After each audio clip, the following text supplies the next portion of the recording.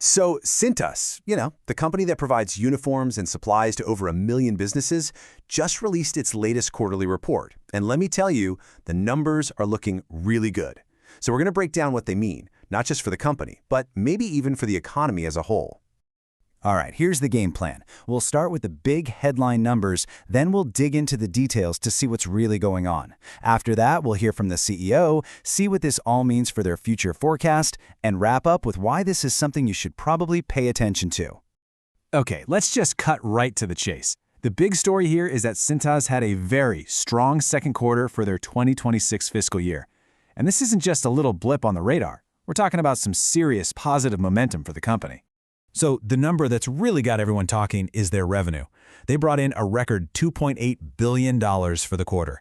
And just so we're all on the same page, that's the total amount of money that came through the door before they paid any of their expenses. But a big number by itself doesn't really mean much without some context. And here's the key. That $2.8 billion is a 9.3% jump from this exact same time last year.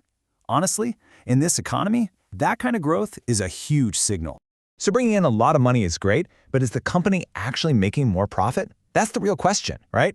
Let's dive into the results and get the full picture of their financial health.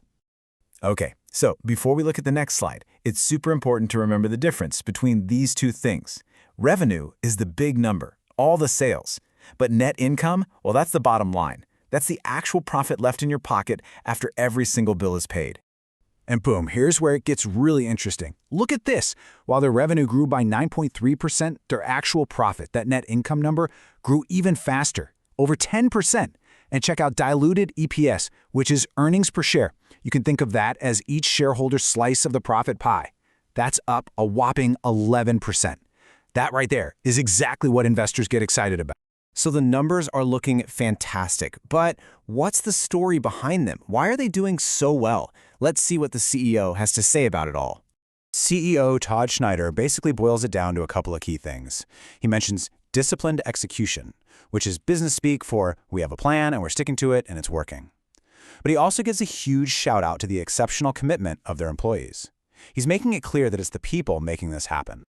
Okay, so one great quarter is, well, it's great, but what about the future?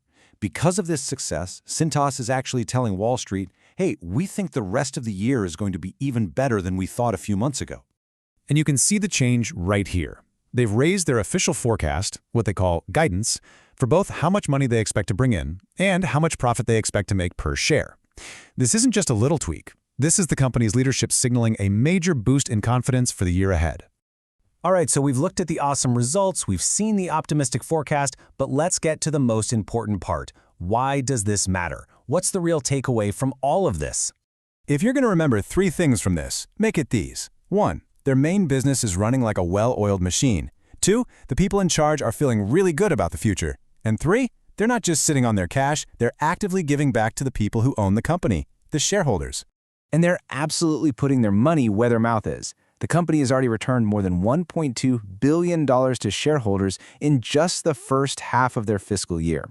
They do that in 2 main ways: by paying out cash directly as dividends and by buying back their own stock, which makes the remaining shares just a little more valuable. So all of this leaves us with a final, pretty interesting thought. Cintas' success is tied directly to the health of the million-plus businesses they serve, so you could see their strong performance as a good sign for the economy in general. Which kind of begs the question, with so much going right for them, what could possibly get in their way?